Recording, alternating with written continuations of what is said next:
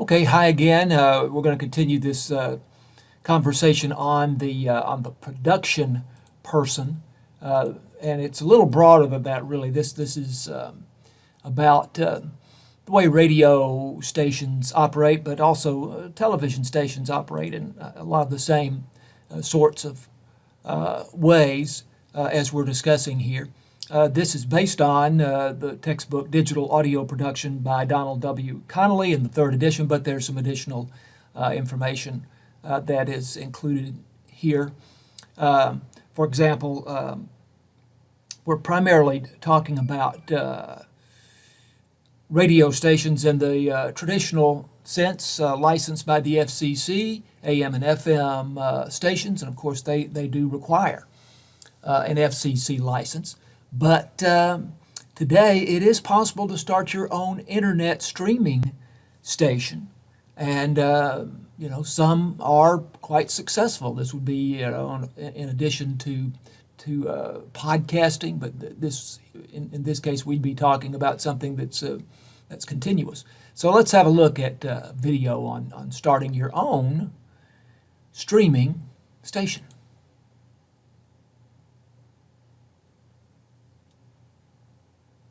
Hi, my name is James Mulvaney and I'm founder here at Radio.co, and I wanted to take this opportunity to thank you for visiting our website.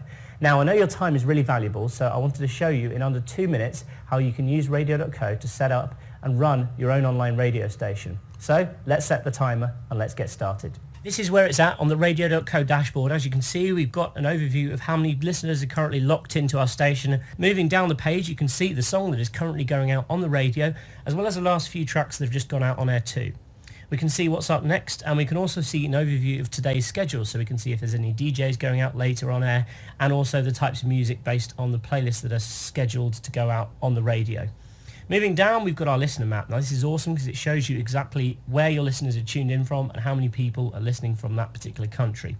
And at the bottom of the section, we've got top 5 overviews of where people are listening from, the region, also the platform they're using to listen, and the device they're connected via. Moving on to our media section, this is where you can search your entire music library, whatever you've uploaded, instantly, and you can search based on the title of the song, the artist, or the album. You can also tag music and categorize it based on genre, for example. You can also edit your tag via this section too. Moving on, we've got a playlist tool which allows you to build playlists really easily. Again, you can search your entire music library instantly here. Really easy to add songs, and you can just rearrange your playlist by drag and drop. It's really straightforward and intuitive to use. The scheduling tool has just been designed to work like any other calendar. You can drag and drop events. You can also choose if you want a live DJ to be attached to that event, and you also choose when you want it to repeat. Really straightforward to insert events whenever you want and control the output of your station. Moving on to our players section, here we have a variety of different shapes and sizes of players to match. I'm going to pause that there. Of course, now the question would be very much, is this a profitable thing? Is this something that is going to generate revenue, or is it just something for fun? And you would need to research how many internet streaming stations actually are profitable and generate a significant amount of revenue. I'm sure there's a lot more that are done more just from the point of view of enjoyment and having fun with it. But I thought I would show you that, and there's a lot more on YouTube about operating a streaming radio station. So radio as an organization, on the business side, of course, you have a general manager. You have a sales manager now, and again, this will vary from organization to organization. Business manager who would see to the billing of the advertisers and making of payments that the station owes itself. Traffic director, and that's a unique term to broadcasting. This is the person who schedules the commercials primarily. There's other things that have to be scheduled as well, but traffic director is directing the traffic of commercials and scheduling them and making sure that they play. Also, so that the station can bill those commercials and make money from them. Account executives is kind of a fancy term for salespersons, people that sell ads. On the programming side, typically there is a program director, and this is a person that makes broad decisions on programs that are broadcast. I thought we might look at the Dallas-Fort Worth Nielsen ratings at the time that I'm producing this video. Okay, so there is Dallas-Fort Worth, which you see as the number 5 radio market in the country. Let me see if I can make this a little bit larger so you can see it better. And what I'm mainly interested in here is looking at the different formats, but we can also talk about the specific stations and which stations are doing the best in the ratings and so on. And here, if we'll look maybe at the top 10 stations, KLTY, which is listed for whatever reason as an adult contemporary. AC is adult contemporary, and that's modern pop music of a relatively soft, more melodic variety, but really KLTY is known as a Christian music station, and I've wondered for some time why they're listed as AC or adult contemporary. But they, as of the time that we are speaking, were the number 1 radio station in Dallas-Fort Worth, had 6.3 rating, which is about their 6.3% of the audience. KHKS, and you'll notice that they're all listed here by their call letters. Some of them use their call letters, but others don't. KHKS is actually KISS FM, and its format is contemporary hit radio, which is another term for top 40 radio. So it's basically a top 40 station, but CHR is the designation for that these days. KPLX is the country station, number 3. You see that none of these stations have more than 6% of the audience. There's so many radio stations out there that they divide the audience up into fairly small slices of the pie. So KLTY number 1 with about 6% of the audience. Then KZPS, which is Lone Star 92. It's a classic rock station, playing Led Zeppelin and the Rolling Stones and so on. And they were number 4. Number 5 is Jack FM. And that's interesting. They're listed twice. I'm not sure why they're listed twice there. This is the station that has the very, very broad playlist, thousands of songs going back to probably the 70s up to the current day. So that's a unique format that the whole Jack FM phenomenon has been around for several years, and there's usually in major cities at least one station broadcasting with that format. KSCS is the country station. Where are we? 1, 2, 3, 4, 5, 6, 7. KDMX Hot AC. So again, AC stands for adult contemporary. Hot AC is going to be more dance oriented, more rhythmic. KLUV Classic Hits. This is the oldies station, playing music these days primarily from the 70s and 80s. They'll probably be moving into the 90s one of these days if they haven't already. KEGL is rock station. Sometimes that's shown as active rock, but modern rock. And I'll mention one more, and that's KLNO, which is regional Mexican. And so they are broadcasting music that is representative of a particular region of Mexico, and I believe that's the northern region of Mexico. So you can move on down. All of those stations are FM stations. The first AM station we come to is WBAP with news talk format. And you might like to look at this yourself in the outline. But it's indicative of the ratings in Dallas-Fort Worth, and also gives you a sense of some of the different formats that exist in radio. Radio stations typically have a music director. Again, some of these positions may overlap. The program director may be the music director in some cases. Promotions director. Let's look at a couple of videos here. Promotions, as you might imagine, have to do with promoting the radio station and calling attention to the station and making people want to listen. So we'll look here at a video on radio promotions. This is actually coming out of Europe, I think, but the promotions are quite similar to what you would see in the United States. How's now? You are the chosen one. Are you serious?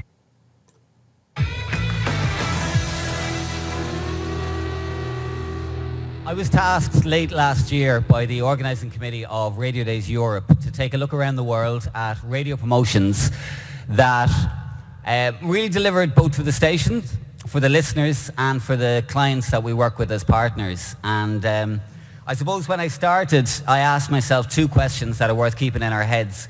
And the first question is why we might do a station promotion. And there's a number of reasons. Firstly, we might do it for reach, to bring more people to our radio station. Secondly, we might do it for share, so that the people who are with us listen that little bit longer. We might do it for a particular reason within the station, if we're launching a new breakfast show or drive time show. At Themes, at Beat, we like to do a Halloween promotion and a Christmas promotion and maybe something for the New Year blues. And finally, the client-based promotion, which can sometimes be the most difficult for us to come up with when somebody comes to you with a brief and we've got to come up with an idea that will really work. The second thing I asked myself was about the characteristics of a great station promotion. And there are a number of them, and we try and tick as many of these boxes as we can. So we get people talking and get their attention and talking to their friends about our station. Secondly, that the mechanic is not overly complicated, and I'm in a unique position where I'm both on the operations team for major station promotions, but I'm also the lead voice on breakfast. So I know myself, if I can't sell it in a couple of sentences, we're on a hiding to nothing. The station team needs to buy 100% into it, and also that it's relevant to whatever target that the station is appealing to. And very important for us as well is the serial effect, that people want to know what happens next so that they'll stay on for the next show or the next day or whatever it might be.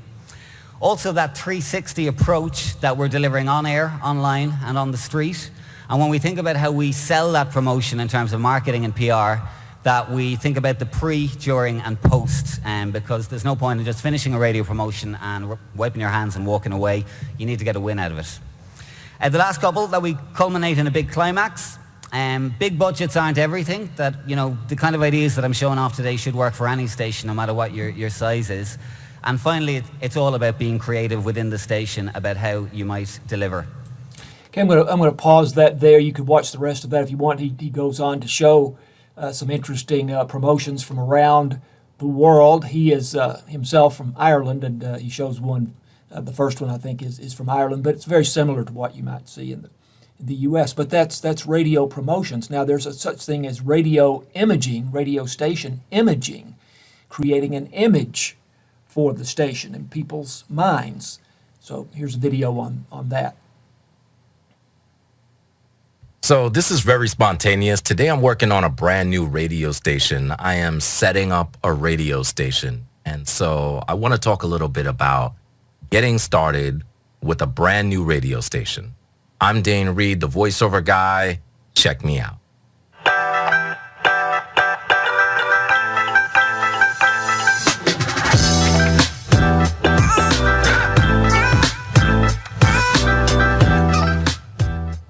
So my agent hit me up and said, okay, Dane, we got this new radio station for you. I'm always excited about a new station. I love radio imaging. So this is a really great opportunity for me. Once all the paperwork was signed, they take care of all that stuff on the back end. I immediately got in contact with the program director. I wanted to know a couple of things. I wanted to know what their old sound was like. I wanted to know the format of the station. I wanted to know what the morning show and the evening drive was like, because all of those things are going to play into the way that I image the station. I am the official voice and I'm the branding voice for that station. And so it's very important that I get what they want right. And so I asked a bunch of questions. I asked what they liked most about my demo. And what the program director told me was that he really liked the energy that I put in. had Smile, things like that, right? So I listen back to my own demo and I try to mimic that. So I'm copying myself to make sure that I capture the true essence of what they wanted, what they saw, and what they expect for the imaging. So they send you a packet, and the packet has like 15 pages attached to it. And so I've been working on that all weekend because I'm about to go out of town, and I want to make sure that I get it right. I'm going to pause him there, and it's very interesting video. There are people who are voiceover talents, and they are usually very creative and very adaptable in terms of what they can do with their voice. But he will be the official voice of the station, and his voice will, and then all of the production elements that go with whatever promos he creates and sound effects and so on.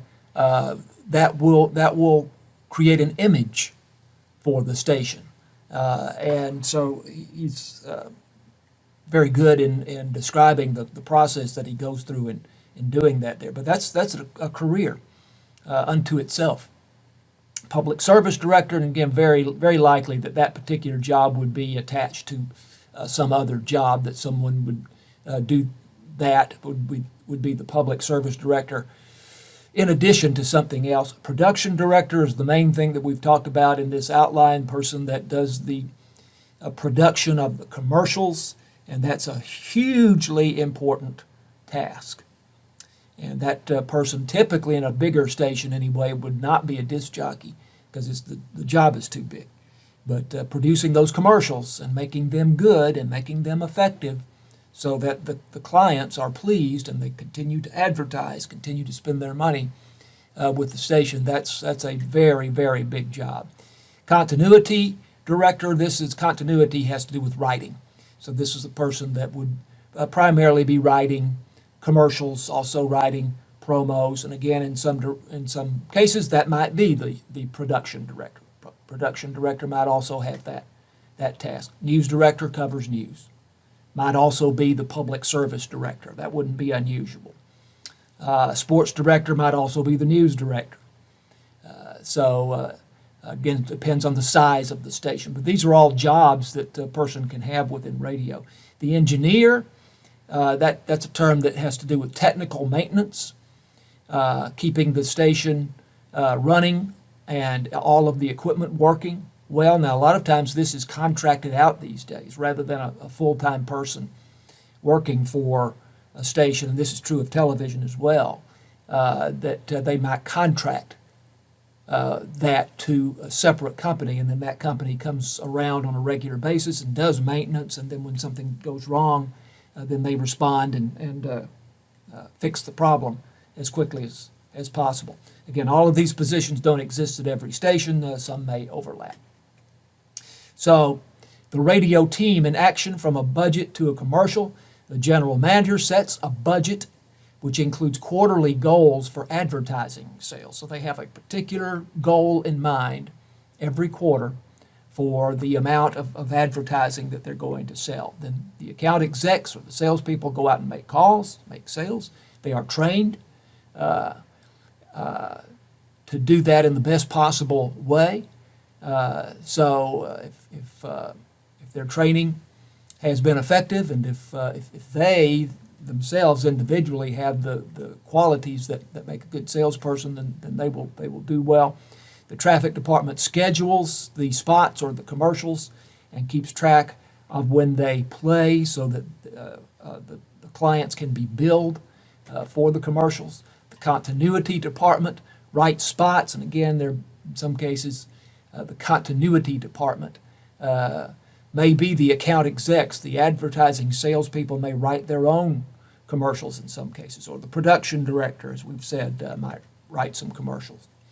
Production director assigns spots to be produced, so various announcers will be involved in giving their voice to a commercial, and the production director himself or herself probably does a lot of the production himself or herself of commercials, including doing the voiceover, the narration. Communication between departments is vital. That ultimately that production of the commercial and getting that on the air so that it generates revenue is hugely important. So it's important that all these different folks communicate with each other, and in the best radio stations or television stations, then the communication will indeed be very good. Some terms, this part of the chapter called Pro Speak. You're probably aware that there are companies called ASCAP and BMI. They are separate companies. I'm not sure why we have a slash mark there. Also CSAC, which operates primarily in Europe. These are music licensing companies who collect fees for music composers. And so every time a song is played on the air, the radio station has to pay a certain amount of money to the publisher of that song and the composer of that song. And by the way, that's true for restaurants that have a music service and so on. So it's interesting video here. I won't show all of it, but interesting video here on ASCAP, BMI, and CSAC. It's a significant part of cost for broadcasters. In today's video, I want to explain the difference between traditional radio royalties versus internet radio royalties. Traditional radio, also known as terrestrial radio, your AM, FM radio stations that broadcast from land towers, royalties that are payable for over-the-air radio are called public performance royalties, and these royalties are for the underlying musical composition, the song itself, the words and the music, or the musical work. These royalties are payable to the publisher and songwriter through your performing rights organization, whether that's ASCAP, BMI, CSAC, or GMR. Well, what happens if these terrestrial radio stations also stream their programming over the internet? Then these broadcasters have to pay these non-interactive streaming royalties to Sound Exchange for the public digital performance of the sound recording. These digital public performance royalties are paid from Sound Exchange to the featured artist on the sound recording, whether that's a solo artist, a duo, or a group. These royalties are also payable to the master rights owner, usually to the record label, or to you if you own the master recording. Currently, terrestrial radio stations do not pay digital performance royalties to artists and record labels, but their internet radio stations do, or should I say, they're supposed to.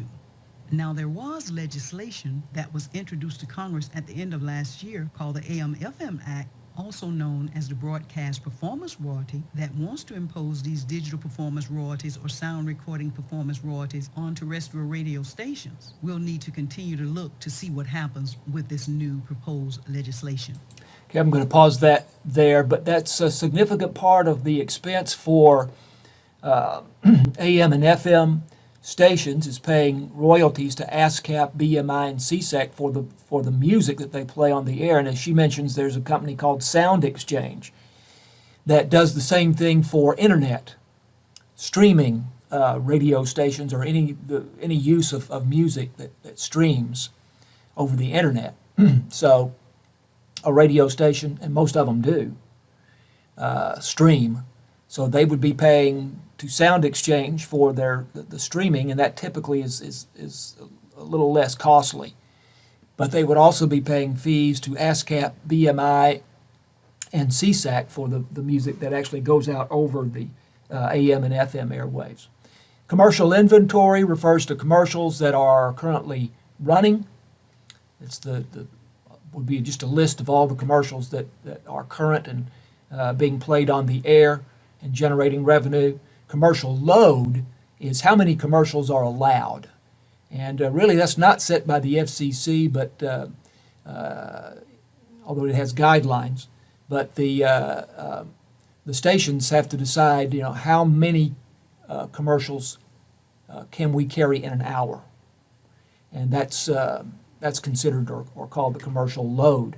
Imaging we've talked about.